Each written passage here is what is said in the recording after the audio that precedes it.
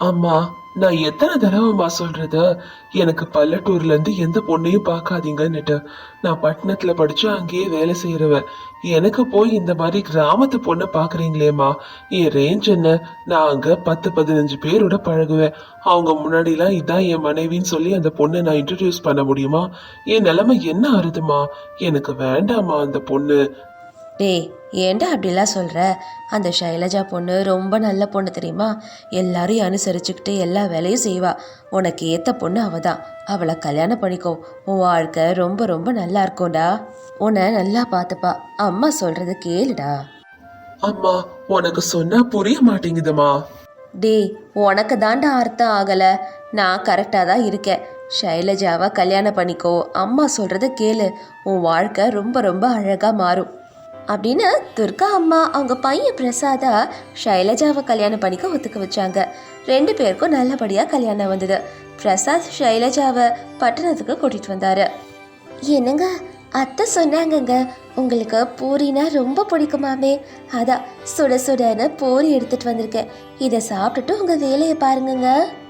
அத அங்க வச்சுட்டு போ. நான் வேலை செஞ்சுக்கிட்டு இருக்கேன். பார்த்தா தெரியலையா என்ன? அங்க வச்சுட்டு போ. சரிங்க, அப்போ மத்தியானத்துக்கு நான் என்னங்க பண்ணட்டும்? மத்தியானம் எனக்கு என்ன சாப்பிட பிடிக்கும்னு எங்க அம்மா உனக்கு சொல்லலையா? ஆ, அத்தை சொன்னாங்கங்க. ஆனால் உங்களுக்கு என்ன பிடிக்கும்னு உங்ககிட்ட கேட்டு தெரிஞ்சுக்கலான்னு கேட்டேன். நீ என்ன பண்ணணும்னு நினைக்கிறியோ அதையே பண்ணு. என்னை இங்க வந்து டிஸ்டர்ப் பண்ணாத. அதுக்கப்புறமா ஷைலஜா போய் கிச்சனில் வேலை செஞ்சுட்டு இருந்தா. கொஞ்ச நேரம் கழிச்சு பிரசாத் கிட்ட வந்தா. பூரி அங்கேயே தான் இருந்தது. அதை பார்த்துட்டு, என்னங்க என்னங்க இது, பூரி எல்லாம் அப்படியே இருக்க, சாப்பிட்டா தானே நீங்கள் வேலை செய்ய முடியும். அது சரி, அத்தை சொல்லி தான் அனுப்புனாங்க நீங்கள் வேலை செய்யும் போது சாப்பிடவே மறந்துடுவீங்கன்னுட்டு. நானே ஊட்டி விட்டேன், நீங்கள் சாப்பிடுங்க. நான் உன்கிட்ட எனக்கு ஊட்டி விட சொல்லி கேட்டேனா? என் கையெல்லாம் நல்லா தான் இருக்கு. ஏன் வேலையை நான் பாத்துக்கிறேன். உன் வேலை என்னவோ அதை பாருப்போ அப்படின்னு ஷைலஜாவை திட்டினாரு பிரசாத். ஷைலஜாவுக்கு ரொம்ப ரொம்ப கவலையாக இருந்தது. நாட்கள் போச்சு. தினமும் இதே மாதிரி ஷைலஜாவை எதுக்காவது திட்டிக்கிட்டே இருந்தார் பிரசாத். கொஞ்ச நாட்கள் கழிச்சு ஷைலஜா பிரசாத் கிட்ட என்னங்க அப்படின்னு சொன்னா. ஆனால் ஷைலஜா சொன்னதுக்கு எந்த பதிலும் சொல்லலை பிரசாத். என்னங்க அப்படின்னு மறுபடியும் ஷைலஜா கூப்பிட்டா. அப்போ கூட பிரசாத் திரும்பி கூட பார்க்கல ஷைலஜாவை. அப்போ ஷைலஜா கூப்பிடலாமா வேணாமான்னு யோசிச்சுக்கிட்டே கொஞ்சம் சத்தமா என்னங்க அப்படி சத்தமாக கூப்பிட்டா ஷைலஜா. அதை கேட்டுட்டு பிரசாத் ரொம்ப கோவமா, ஏய், நான் என்ன செவிடா என்ன? எதுக்கு இப்படி சத்தமா கூப்பிடுற? சொல்லு, என்ன விஷயம்னு. ஒன்றும் இல்லைங்க, இன்னைக்கு திங்கக்கிழமைல, அதான் கோயிலுக்கு கூட்டிகிட்டு போவீங்களோன்னு. ஓ, நான் உன்னை கோவிலுக்கு கூட்டிகிட்டு போவேன், வெளியே கூட்டிகிட்டு போவேன் நினச்சிருக்கேன். கோவிலுக்கு போனால் மட்டும் நீ என்ன பண்ண போகிற? தேங்காய் உடைச்சு பூஜை பண்ண போகிற. வீட்டில் நிறைய சாமி படம் இருக்குது. அங்கே பண்ண வேண்டியது இங்கேயே பண்ணு. இங்கேயே சாமி கும்பிட்டாலும் தப்பு கிடையாது. என்னங்க, அது இல்லைங்க, நான் ரொம்ப நாளாக வீட்லேயே இருக்கேன்னா ஒரு மாதிரி இருக்கு. அதான் வெளியே கூட்டிகிட்டு போனா. நல்லா சொன்ன. உன்னை நான் வெளியே கூட்டிட்டு போகணுமா? சரி, அப்படியே நீ சொல்ற மாதிரி வெளியே கூட்டிட்டு போறேன்னு வச்சுக்கோ. அங்க 4 பேர் உன்னை யாருன்னு கேட்பாங்க. இவன் தான் என் மனைவின்னு நான் இன்டர்வியூ கொடுக்கணும். அப்ப நீ அவங்க கிட்ட ஹலோன்னு எல்லாரும் சொன்னா வணக்கம்னுட்டு தமிழ்ல சொல்லுவ. அப்ப எல்லாரும் என்னதான் கிண்டல் பண்ணுவாங்க தெரியுமா? ஐயோ, அப்படிலாம் இல்லைங்க அப்படின்னு ஷைலஜா சொல்லிக்கிட்டு இருக்கும் போதே பிரசாத் ரொம்ப வேகமாக எந்திரிச்சு போய் கதவை சாத்திட்டாரு டமால்னு. அதை நினச்சி ஷைலஜாவுக்கு கவலையாக இருந்தது. அடுத்த நாளைக்கு பிரசாத் வேலை செஞ்சுக்கிட்டு இருக்கும் போது ஷைலஜா அவர்கிட்ட போய், எனக்கு என் தங்கச்சி லாவண்யா கொஞ்ச நாள் நம்ம வீட்டில் இருக்க வராங்க. உன் தங்கச்சியா? யார் அது உன் தங்கச்சி? அதாங்க நான் சொல்லியிருந்தேனே, நம்ம கல்யாணத்தப்போ எக்ஸாம்ஸ் இருக்குன்னு அவள் வரல. அதான் நம்மளை இப்போ பார்த்து வாழ்த்த வந்திருக்கா. வர சொல்லு. உன்னையே என்னால சமாளிக்க முடியல. இதுல இன்னொருத்தி கிராமத்துல இருந்து வராளா? என்ன பண்றது? உன்னை கல்யாணம் பண்ணிருக்கல, எல்லாத்தையும் அனுபவிச்சுதானே ஆகணும். அப்படி சிடுசிடுன்னு சொன்னாரு பிரசாத். அடுத்த நாளைக்கு ஷைலஜாவோட தங்கச்சி லாவண்யா அங்க வந்தா. என்னங்க இதோ என் தங்கச்சி லாவண்யாங்க. அப்பா, உன் தொல்லை தாங்க முடியல. ஏதோ ஹீரோயின் வந்திருக்கா மாதிரி பெருசா பில்டப் கொடுத்துட்டு இருக்க. உன் தங்கச்சி வந்திருக்கா, அவ்வளவுதானே? அப்படி பிரசாத் ரொம்ப வேண்டாம் வெறுப்பா லாவண்யாவை பார்க்க ஹாலுக்கு வந்தாரு. அங்க லாவண்யா ரொம்ப ஸ்டைலா ஜீன்ஸ் எல்லாம் போட்டிருந்தா. அதை பார்த்த பிரசாத் தனக்கு தானே இப்படி சொல்லிக்கிட்டாரு, அட, இவ தங்கச்சின்னு சொன்னதும் ஏதோ வில்லேஜ் கேர்ள் வருவான்னு பார்த்தா பயங்கர ஸ்டைலா அப்சரஸ் மாதிரி இருக்காளே பாக்குறதுக்கு இவ. என்னங்க என்னங்க உங்களுக்கே நீங்க பேசிட்டு இருக்கீங்க. இதாங்க என் தங்கச்சி லாவண்யா. ஓ, இவதான் உன் தங்கச்சியா? ஆமா மாமா, நான் தான் லாவண்யா. அக்கா உங்களை பத்தி நிறைய சொல்லியிருக்கா. உங்க கல்யாணத்தப்போ நான் பட்டணத்துல படிச்சிட்டு இருந்தேன்னா அதான் வர முடியல. எங்க மாமா நல்லா தான் இருக்கா பாக்குறதுக்கு. அப்படி பிரசாத்க்கு ஐஸ் போட்டா லாவண்யா. அதுக்கு பிரசாத் உருகியே போயிட்டாரு. அப்பா அவரு லாவண்யா கிட்ட இப்படி சொன்னாரு. லாவண்யா, உனக்கு இந்த இடம் புதுசு இல்லையா? என் கூட வா, இங்க என்னெல்லாம் இருக்குன்னு நான் சுத்தி காட்டுறேன். Wow, really? I am so happy. அக்கா சீக்கிரமா போய் ரெடி ஆயிட்டு வா, மாமா நம்மள வெளியே கூட்டிட்டு போறேன்றாருல. லாவண்யா, உங்க அக்கா கிளம்பலாம் நேரம் ஆகும். நீ சீக்கிரமா கிளம்பிட்டு வா, நான் உனக்கு ஒரு சுத்தி காட்டுறேன். நம்ம திரும்ப வரத்துக்குள்ள உன் அக்கா நமக்காக சுட சுடன்னு சமைச்சு வச்சிருப்பாமா. அப்படி லாவண்யா கிட்ட சொன்னாரு பிரசாத். இதை கேட்டதும் ஷைலஜாக்கு கண்ணுல இருந்து கண்ணீர் வந்தது. ஆனா அதை வெளியே காட்டிக்காம ஷைலஜா, ஆமா உங்க மாமா சொல்றது கரெக்டு தான். நான் வீட்டில் நிறைய வேலை இருக்கு, அதெல்லாம் பண்றேன். நீங்க 2 பேரும் சந்தோஷமா போயிட்டு வாங்க அப்படி சொல்லிட்டு கிச்சனுக்குள்ள போய் அழுதுட்டு இருந்தா ஷைலஜா. பிரசாதும் லாவண்யாவும் ரெடி ஆகி வெளியே சுத்த கிளம்புனாங்க. ஊரெல்லாம் சுற்றி பார்த்துட்டு சாயந்தரம் ஆனதும் வீட்டுக்கு வந்தாங்க. அவங்களுக்காக விதவிதமாக சமைச்சிட்டு அவளும் சாப்பிடாம உட்காந்துட்டு இருந்தா ஷைலஜா. வந்துட்டீங்களா 2 பேரும்? அப்பா எவ்வளோ நேரம் வீட்டுக்கு வரதுக்கு. உங்களுக்காக நானே விதவிதமாக பிடிச்சதெல்லாம் சமைச்சிருக்கேன். எல்லாம் அப்படியே இருக்கு, வாங்க சாப்பிடலாம். உங்களுக்காக எவ்வளோ நேரம் காத்துட்டு இருந்தேன். சாரி அக்கா, நானும் மாமாவும் வெளியே சுற்றிட்டு ஜாலியாக என்ஜாய் பண்ண தெரியுமா. அவர் என்ன ஹோட்டலுக்கு கூட்டிகிட்டு போய் எனக்கு பிடிச்சதெல்லாம் சாப்பிட வாங்கி கொடுத்தாரு. மாமா கூட இருந்தால் நேரம் போகிறதே தெரியல. நீ ரொம்ப லக்கிக்கா. அப்படி லாவண்யா பிரசாதை புகழ்ந்து தள்ளினா. ஷைலஜாக்கு லாவண்யா கிட்ட என்ன பதில் சொல்லணும் தெரியாமல் முழிச்சிட்டு இருந்தா. சரிக்கா, நான் போய் தூங்குறேன், ரொம்ப டயர்டாக இருக்குக்கா. லாவண்யா, நாளைக்கு சீக்கிரமா ரெடி ஆயிடு. பக்கத்துல ஒரு கோவில் இருக்கு, ரொம்ப அமைதியான கோவில். நான் உன்னை அங்க கூட்டிட்டு போறேன். ட்ரஸ்ட் மீ, அங்க ரொம்ப பீஸ்ஃபுல்லா இருக்கும் லாவண்யா.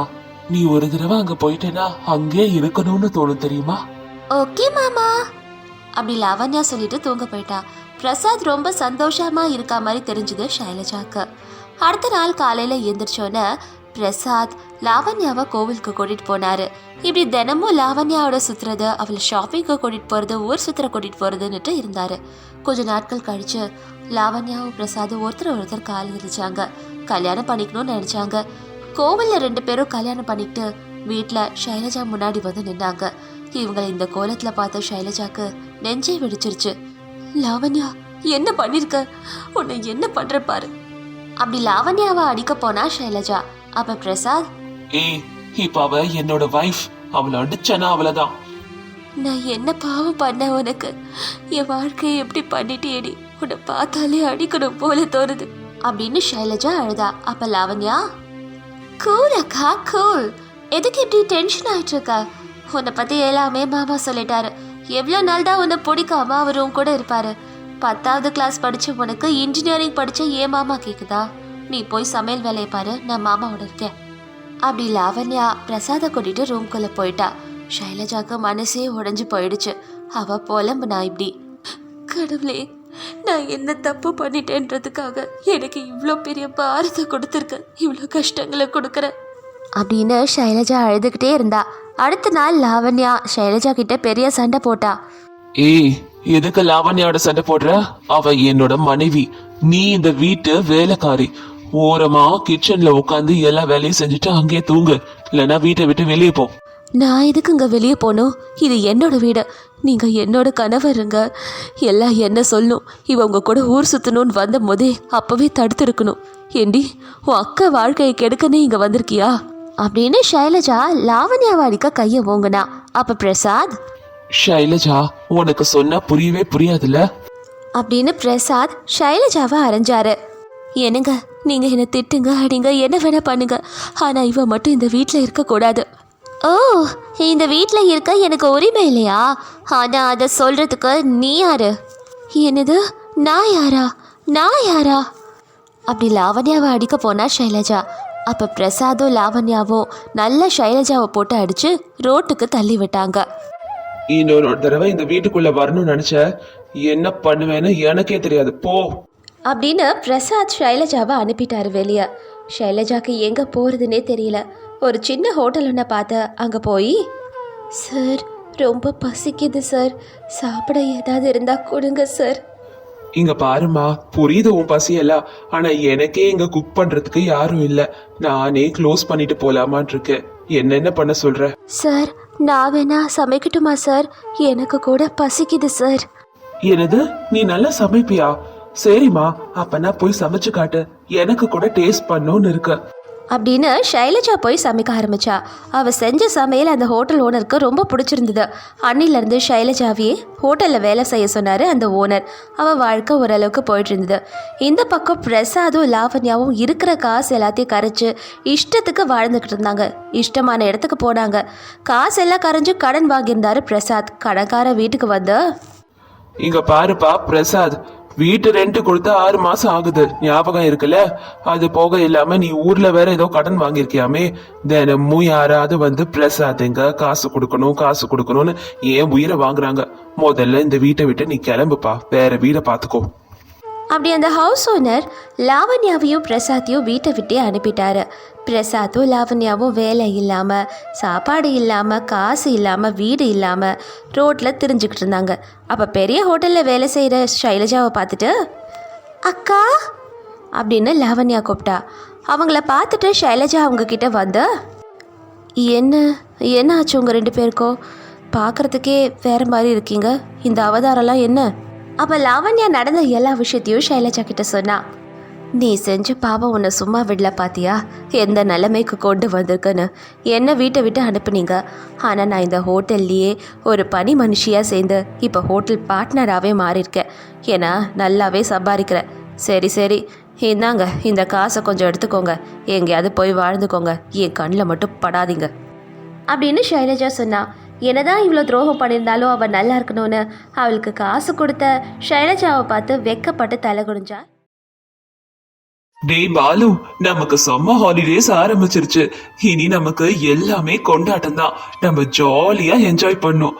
அதை விட முக்கியமா அந்த மென்டல் டீச்சரோட டார்ச்சரே இருக்காது. ஆமா கிரி, கரெக்டா சொன்ன. அந்த மென்டல் டீச்சர் கிட்ட இருந்து எப்படிடா தப்பிக்கலான்னு இருக்கேன். கண்டிப்பா நெக்ஸ்ட் இயர் என் அப்பா கிட்ட சொல்லி நான் ஸ்கூலையே மாத்த போறேன். எனக்கு அந்த டீச்சரே வேண்டாம். ஸ்வேதா, என்ன நீ கூட ஸ்கூல் மாத்திட்டு போறியா? எல்லாம் தெரிஞ்சு நீயே இப்படி கேள்வி கேட்டால் எப்படி பாலு? அந்த டார்ச்சர் டீச்சர் எந்த ஸ்கூலுக்கு போகிறாங்களோ அங்கே தான் எங்கள் அம்மா அப்பாவும் சேர்ப்பாங்க. அந்த டீச்சர் மேலே எங்கள் வீட்டில் பெரிய கௌரவமே இருக்குது. என் கதை மட்டும் என்ன, உங்களுக்கு சொல்லி தான் புரிய வைக்கணுமா என்ன? நான் வாங்குகிற மார்க்குக்கு எங்கள் அம்மா அப்பாவே அந்த டீச்சர்கிட்ட கொண்டு போய் என்னை விட்டு அவளை அடித்து கொட்டியாவது படிக்க வைங்க டீச்சர்னு சொல்லிடுவாங்க. என்னை அடிக்கிறதுக்கு ஃபுல் பெர்மிஷனே கொடுப்பாங்க. இப்படி ஸ்டூடெண்ட்ஸ் எல்லாரும் டீச்சரை பற்றி பேசிக்கிட்டு இருந்தாங்க. ஓ நோ, ஸ்கூல் ஹாலிடேஸ் விட்டதுலேருந்து எனக்கு பைத்தியமே பிடிக்கிற மாதிரி இருக்கு. என்னால் வீட்டில் சும்மா இருக்க முடியல. ஏதாவது சொல்லி பசங்களை மறுபடியும் ஸ்கூலுக்கு வர வைக்கணும். ஐ ஷுட் டூ தட் அப்படின்னு நினச்சிக்கிட்டு டீச்சர் ஸ்கூல் பிரின்ஸிபல் கிட்ட போனாங்க. சார், இந்த மாதிரி 2 மாதம் குழந்தைங்களுக்கு லீவ் விட்டால் அவங்களோட எதிர்காலம் என்ன ஆகுறது? எதுக்கு லீவு? மேடம், இது சம்மர் மேடம். சம்மர்ல லீவ் தான் விடுவாங்க. இந்த லீவ் பத்தி அவங்க கிட்ட என்ன சொல்றது? அட என்ன சார், நீங்கள் வெளியே இருக்க காம்படிஷன் பற்றி உங்களுக்கு தெரியாதா என்ன? மற்ற ஸ்கூல்லாம் நம்மளை விட நல்லாவே பெர்ஃபார்ம் பண்ணுது. நம்ம இப்படி லீவ் விட்டோன்னா அப்புறம் எப்படி ஸ்டூடெண்ட்ஸை ரிசல்ட்ஸ் ப்ரொடியூஸ் பண்ண வைக்க முடியும்? நம்ம கிட்ட 10th கிளாஸ் ஸ்டூடெண்ட்ஸே 4 பேர் தான் இருக்காங்க. நல்லா நான் என்ன பண்ண முடியும் மேடம்? உங்ககிட்ட ஏதாவது பிளான் இருக்கா? அப்படி கேளுங்க சார், என் ஐடியா என்னன்னுட்டு. இப்போ 10th கிளாஸ் ஸ்டூடெண்ட்ஸை மறுபடியும் ஸ்கூலில் கூப்பிடலாம். இந்த 2 மாதம் லீவில் அவங்களுக்கு தேவையில்லை. ஸ்பெஷல் கிளாஸ் வச்சு அவங்கள ட்ரெயின் பண்ணலாம். நல்லா பாடம் சொல்லி கொடுத்து டெஸ்ட் மேலே டெஸ்ட்டாக வைக்கலாம். கண்டிப்பாக பசங்க எல்லா சப்ஜெக்ட்லேயும் ரொம்ப தரோவாக்கலாம் சார். நல்ல ரிசல்ட் வரும் நம்புகிறேன். டீச்சர், நல்ல ஐடியா தான் சொல்லியிருக்கீங்க. இந்த மாதிரி ஸ்பெஷல் கிளாஸ் வைக்கிறதுனால பசங்க நல்லா படிப்பாங்க, நல்ல ரேங்க்கும் வரும்ன்றத நான் நம்புறேன். உடனே அவங்க பேரண்ட்ஸ் எல்லாருக்கும் கால் பண்ணி நானே பேசுறேன் டீச்சர் அப்படின்னு பிரின்சிபல் சொன்னார். தன்னோட பிளான் சக்ஸஸ் ஆனதுனால மனசுக்குள்ளே ரொம்பவும் சந்தோஷப்பட்டாங்க டீச்சர். ஏ கிரி, உனக்கு விஷயம் தெரியுமா? ஸ்கூலில் ஸ்பெஷல் கிளாஸ் அரேஞ்ச் பண்ணியிருக்காங்களாம் நமக்கு. எனக்கு தெரிஞ்சு இதெல்லாம் அந்த டார்ச்சர் பண்ணுற டீச்சரால் தான் நடந்திருக்கும்னு நினைக்கிறேன். ஐயோ, அந்த டீச்சரை எல்லாம் என்னால சமாளிக்க முடியாது. நான் கண்டிப்பா ஸ்கூலுக்கே வரமாட்டேன். உடனே போய் இந்த விஷயத்த எங்க அப்பா கிட்ட சொல்லணும். கிரி அப்படி நினைச்சிட்டு அவங்க அப்பா கிட்ட போனா. அப்பா, நான் இனிமேல் ஸ்கூலுக்கே போக மாட்டேன்பா. ஏதோ ஸ்பெஷல் கிளாஸ் வைக்கிறாங்களா, இதெல்லாம் அந்த டீச்சரோட வேலையா தான் இருக்கும். நான் கண்டிப்பா ஸ்கூலுக்கே போக மாட்டேன்பா. அவ டார்ச்சர் தாங்க முடியல. ஆஹா, டீச்சரையே நீ இப்படி எல்லாம் சொல்றியா? என்ன இப்படி எல்லாம் மரியாதை இல்லாம பேசுற? டீச்சர் எல்லாம் அப்படி சொல்லக்கூடாதுப்பா. வயசுல நானும் ஏதாவது காரணம் சொல்லி ஸ்கூலுக்கு போகாம இருப்பேன். அதெல்லாம் என்கிட்ட நடக்காது. நீ நாளைக்கு ஸ்கூலுக்கு போயே ஆகணும். இப்படி பசங்க என்னதான் காரணம் சொன்னாலும் அவங்க பேரண்ட்ஸ் யாரும் அதை கேட்குறதாவே இல்லை. பசங்களை நாளைக்கே ஸ்கூலுக்கு அனுப்பணுன்றதுல ரொம்ப தீர்மானமாக இருந்தாங்க. அடுத்த நாள் ஸ்கூலுக்கு போனாங்க எல்லாரும். டீச்சர் வந்தாங்க. ஸ்டூடெண்ட்ஸை பார்த்த டீச்சர், உங்களெல்லாம் பார்க்கறதுக்கே எனக்கு சந்தோஷமா இருக்கு. நம்ம ஏதோ பறவைங்க எல்லாம் வேட்டைக்காரங்க கிட்ட மாட்டுவாங்கல்ல, அந்த மாதிரி பறவைகளா இந்த டீச்சர் கிட்ட நல்லா மாட்டிக்கிட்டோம். இவ ஏற்கனவே டார்ச்சர் பண்ணுவா, இன்னும் என்னெல்லாம் பண்ண போறாளோ. அப்பயாவது ஸ்கூல்ல மத்த கிளாஸ் எல்லாம் நடக்கும். இப்ப நம்ம மட்டும் தாண்டா இருக்கோம். ஸ்டூடெண்ட்ஸ் எல்லாரும் நல்லா இருக்கீங்களா? இது வரைக்கும் நல்லா தான் இருந்தோம். இனிமேல் தான் தெரியும் எப்படி இருக்க போறோன்னு. ஸ்டூடெண்ட்ஸ், ஐ நோ நான் இவ்வளோ நாள் உங்களை ரொம்பவே டார்ச்சர் பண்ணியிருக்கேன்னுட்டு. அதான் உங்கள் எல்லாருக்கும் ஒரு சந்தோஷமான விஷயம் சொல்லலான்னு இருக்கேன். உங்களை சந்தோஷமாக வச்சுக்க ஒரு ட்ரிப் ஒன்றுத்துக்கு கூட்டிகிட்டு போகலான் இருக்கேன். எல்லோரும் ஜாலியாக போகலாம். உங்களுக்கு இஷ்டம் இருந்தால் மட்டும் அந்த ட்ரிப்பில் வரலாம். எல்லோரும் ஜாலியாக போய் அங்கே இருக்கலாம். அப்படி டீச்சர் அவங்க திருந்தினதா ஸ்டூடெண்ட்ஸ் முன்னாடி நடிச்சுக்கிட்டு இருந்தாங்க.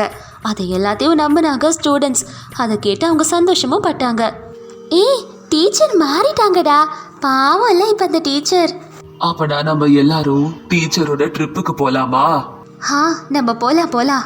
ஸ்டூடெண்ட்ஸ் இப்படி பேசுறத கேட்ட டீச்சர், அப்பாடா எல்லாரும் நான் சொன்னதை நம்பிட்டாங்க, பாவம் அப்பாவி ஸ்டூடெண்ட்ஸ் அப்படி மனசுக்குள்ள சந்தோஷப்பட்டாங்க டீச்சர். ஸ்டூடெண்ட்ஸ் எல்லாரும் டீச்சரோட ட்ரிப் போக போகிறோன்னு ரொம்பவும் சந்தோஷமாக இருந்தாங்க.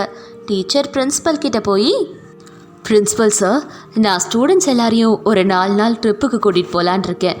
அந்த ட்ரிப்பில் அவங்களுக்கு நேச்சரோட கனெக்ட் ஆக சொல்லித்தரேன். அங்கேயே அவங்களுக்கு பாடம் சொல்லித்தந்து எப்படியெல்லாம் இருக்கணுன்றதையும் சொல்லித்தரேன் இருக்கேன். அப்படி சொல்லி பிரின்ஸிபலையே ஒத்துக்க வச்சாங்க டீச்சர். பிளான் போட்டா மாதிரி பசங்களை ஒரு ட்ரிப்புக்கு கூட்டிகிட்டு போனாங்க. ஸ்டூடெண்ட்ஸ் எல்லாரையும் ஒரு வறண்டு போன இடத்துக்கு கூட்டிகிட்டு போனாங்க டீச்சர். டீச்சர், என்ன டீச்சர் இந்த இடம் ஒரே சூடா இருக்கு, அனலா இருக்கு. இந்த வெயில்ல எதுக்கு எங்களை இங்க கூட்டிட்டு வந்தீங்க டீச்சர்? ஜஸ்ட் உங்க கூட டைம் ஸ்பெண்ட் பண்ணலாம் தான் கூட்டிட்டு வந்தேன்.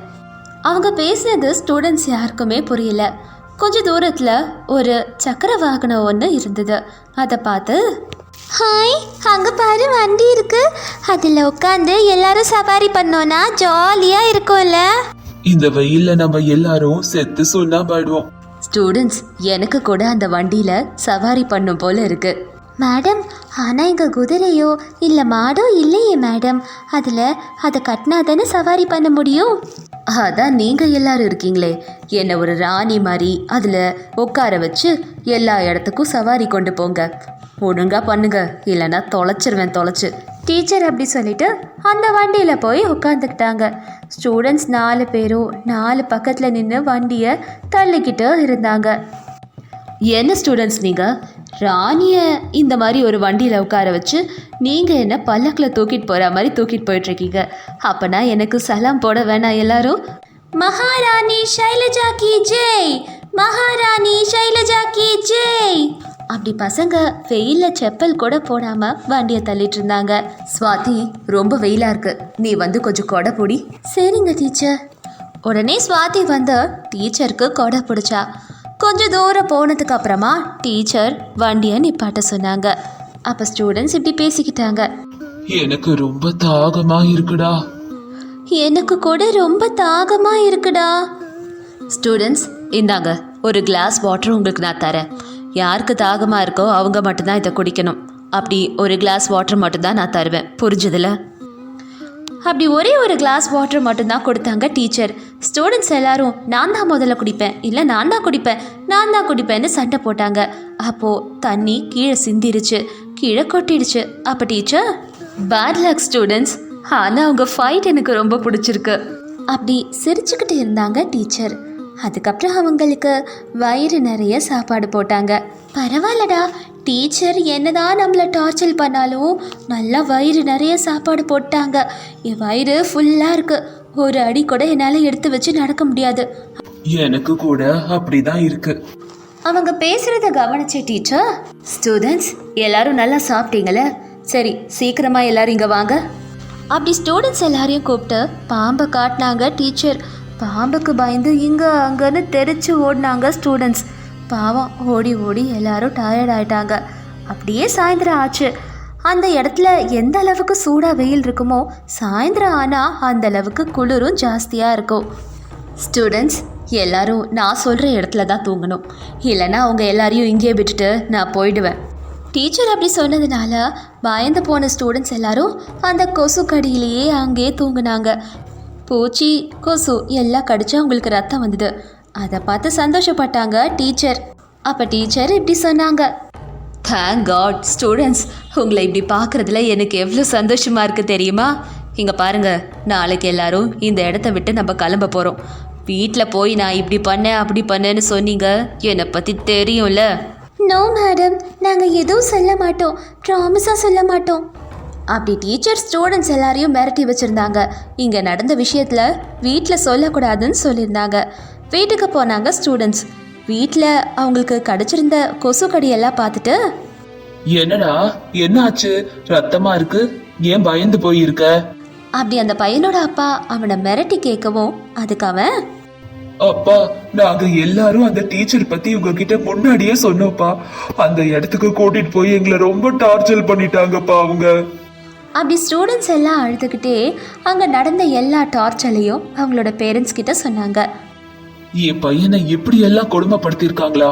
வா, உடனே நான் உன் பிரின்சிபல் கிட்ட வந்து பேசுறேன். பிரின்சிபல் சார், எங்க அந்த டீச்சர்? எங்க குழந்தைங்களை இப்படியா கொடுமைப்படுத்துவாங்க அவங்க?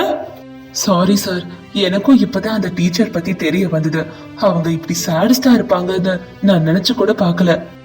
இங்க பாருங்க சார், எங்க குழந்தைங்களை ரொம்பவே டார்ச்சர் பண்ணிருக்காங்க அவங்க. முதல்ல அவங்களுக்கு என்ன தண்டனை கொடுக்கணுமோ அதை கொடுங்க சார். உடனே ஸ்டூடெண்ட்ஸோட பேரண்ட்ஸ், பிரின்சிபல் எல்லாரும் அந்த டீச்சரை போலீஸ் கிட்ட கம்ப்ளைண்ட் பண்ணாங்க. போலீஸ் வந்து அந்த டீச்சரை அரெஸ்ட் பண்ணி அவங்கள மென்டல் ஹாஸ்பிட்டலில் சேர்த்தாங்க. அதுக்கப்புறம் ஸ்டூடெண்ட்ஸ் எல்லாரும் சந்தோஷமாக ஸ்கூலுக்கு வந்து படித்தாங்க.